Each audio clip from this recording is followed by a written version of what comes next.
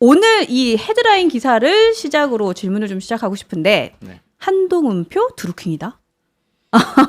이런 기사들이 좀 떠 있어요. 자, 지난주까지는 저희가 대통령 기자회견으로 굉장히 좀 시끌벅적했던 여당인데 이번 주에는 갑자기 당계 사건으로 뜨겁습니다. 여기서 당계 사건이라고 하면 당원 게시판입니다. 제가 일단 사건의 브리핑을 좀 먼저 해드리면 국민의힘 당원 게시판에 이 한동훈 대표 그리고 그 가족의 이름으로 윤 대통령 부부를 비방하는 글들이 올라왔습니다. 근데 이 사건의 이슈는 총 두 가지인 것 같은데요. 첫 번째, 국민의힘 당원 게시판은 실명 인증을 한 사람만이 게시글을 작성할 수 있다. 정말 한동훈 대표와 그 가족이 개입이 되었는가? 그게 첫 번째 이슈고요. 다음 두 번째 이슈는 기존의 국민의힘 당원 게시판은 작성자 이름이 성, 그러니까 김혜승 하면 김을 제외하고는 모두 익명 처리가 됐는데 최근에는 전산 오류로 작성자명을 검색하면 그대로 실명이 노출이 됐다는 거예요. 갑자기 왜?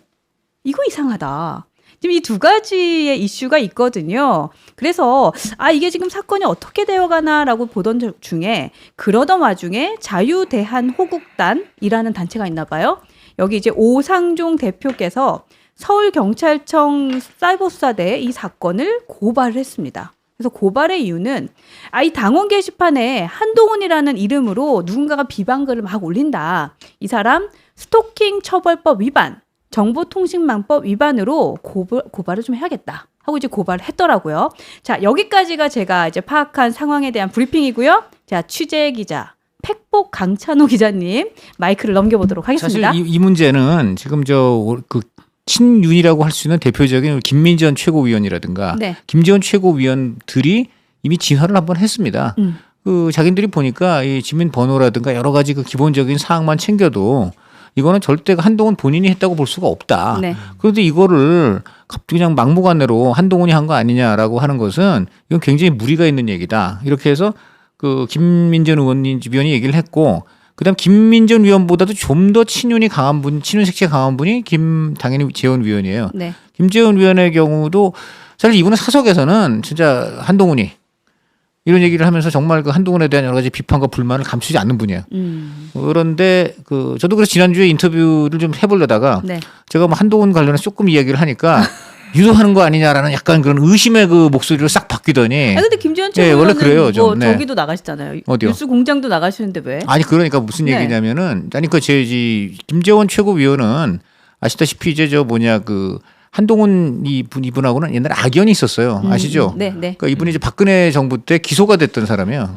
기소가 된 분이에요. 그런데 기소됐을 때 바로 그 기소를 한 검사가 한동훈이고요. 그 위에서 지휘한 사람이 당시 윤석열 서울지검장이에요. 그런데 더 그때 사실 김재원 위원이 한동훈 그 대표 그 당시는 검사죠. 네. 한테 화가 난 게 뭐냐면 1심에서 무죄가 나왔어요.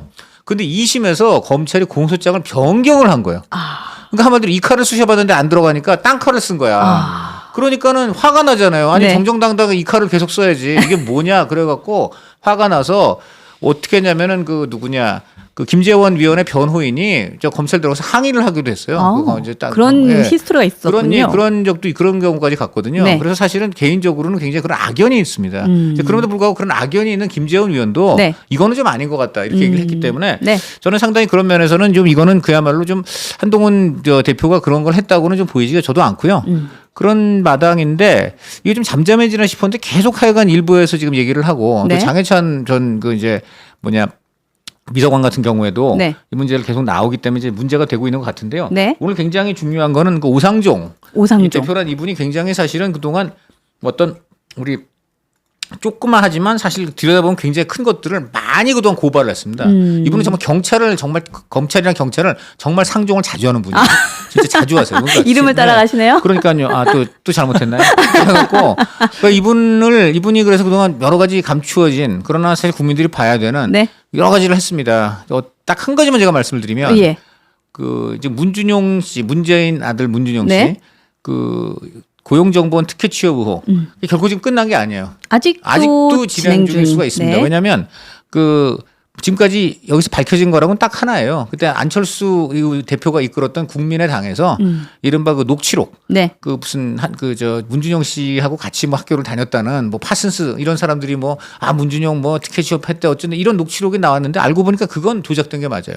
그 녹취록이 조작된 것이지. 그 고용정보원에 티켓 취용을 했다는 의혹은 조작된 것이 아니에요.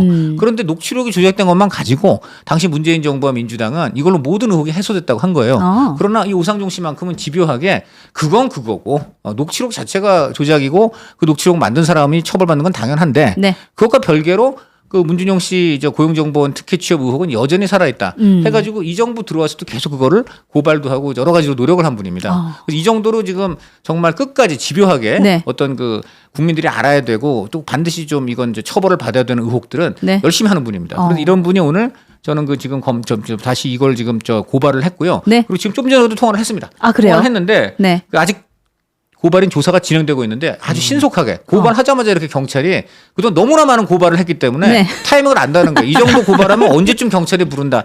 이건 당분간 안 부른다. 부르는 척하고는 아예 그냥 몇 년 지나간다. 이런 게 있는데 이거는 진짜 자기가 네. 봐도 빛의 속도로 불렀다 이거예요. 그렇죠. 그러니까는 이거는 상당한 수사 의지를 지금 느끼고 있고 지금 이 순간 제가 미안한데 다시 경찰하고 얘기를 해야 되니까 검찰하고 얘기해야 되니까 조금 이따가 전화하겠다 해서 잘하면 아직 이 뉴스 엔진 방송 중에 네. 전화가 올지도 모릅니다. 그러면 즉각 연결하겠습니다. 아유 감사합니다. 그러면 오늘 전화 올 때까지 방송 한번 해볼까요? 그 좋은 생각이신데. 아니, 제가 이제 또 하나 짚을 네. 부분이 있는데. 네. 지금 이제 익명 게시판이잖아요. 그렇죠. 익명 게시판에서 갑자기 이제 실명이 드러나는 사태가 발생을 했어요. 그러니까 왜 그럴까요? 갑자기 그죠? 그래서 제가 갑자기 그게 생각나더라고. 그 워렌 버핏이 네. 그런 말을 했잖아요. 수영장에 물이 빠지면 누가 수영복을 안 입고 있는지 알 수 있다. 이게 뭐 투자의 격언인데 지금 사실은 이거는 어마어마한 지금 사건이 벌어진 겁니다. 익명 게시판은 그 익명 게시판의 존재의 의의가 있어요. 네. 그냥 자유롭게 이게 쓸 수 있도록 돼 그렇죠. 있는 거.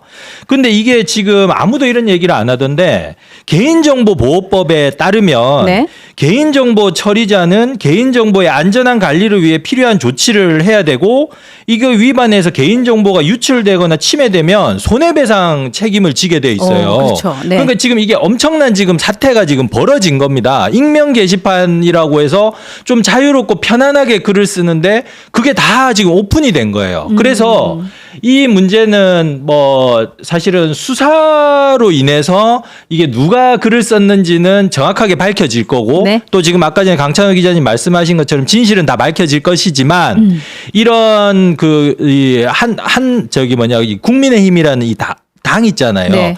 이 당의 어떤 신뢰나 집권 여당의 이런 것도 굉장히 중요한 거잖아요. 그러니까요. 네. 거기서 이런 어처구니 없는 사태가 벌어졌다는 것에 대해서도 그 책임자에 대한 어떤 정확한 진상 규명과 그에 상응한 어떤 조치 네. 이런 것들도 있어야 될 거라고 저는 봅니다. 우리 변호사님 이럴 때 보면 진짜 법조인이세요. 네. 네. 법조인 좋습니다. 맞습니다. 그러니까요. 네. 제가 지금 그 슈퍼챗이 들어온 분이 있어서 한번 좀 읽어드리고 싶은데 폭풍을 지나고 있는 분을 응원하며 저희 슈퍼챗과 응원 너무 감사하고요. 제가 여기서 막간을 이용해서 하나만 좀 말씀을 드릴게요.